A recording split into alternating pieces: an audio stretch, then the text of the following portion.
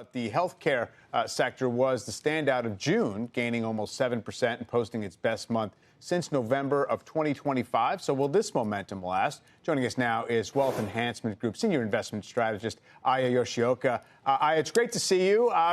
We've been talking, for weeks really here about the market's attempt to rotate and rebalance away from its dependence on tech hardware. Is this something that you would be looking to play along with or maybe push against? Sure. I think, diversification continues to be a boring theme, but, we really do think having the balance of names within the healthcare sector as well as other industries really balances out the strong rally that we've seen out of tech hardware, especially in the semiconductor space. How do you think about diversification? Because, for instance, so many industrials hit new highs and are doing well on the notion that they are helping to build the AI data centers. And so they are effectively leveraged to that story. Sure. So, the industrial sector within the S&P 500 is a pretty diverse sector to begin with. It's got aerospace and defense. It definitely has some of those names that are powering the capital equipment as well as the overall electrification of the AI and powering data centers. But there are other areas that continue to do well within industrials, and we continue to like that. And it was on a year-to-date basis actually outperforming the tech sector within the S&P 500. And when it comes to healthcare, we've talked here about how dramatic the catch-up move was in the last couple of weeks even.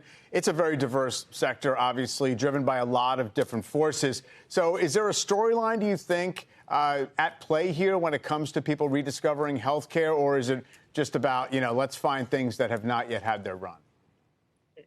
A little bit of both. I think, when it comes to healthcare, you've got pharma that continues to do well. And unfortunately, there are areas such as oncology, cardiovascular diseases.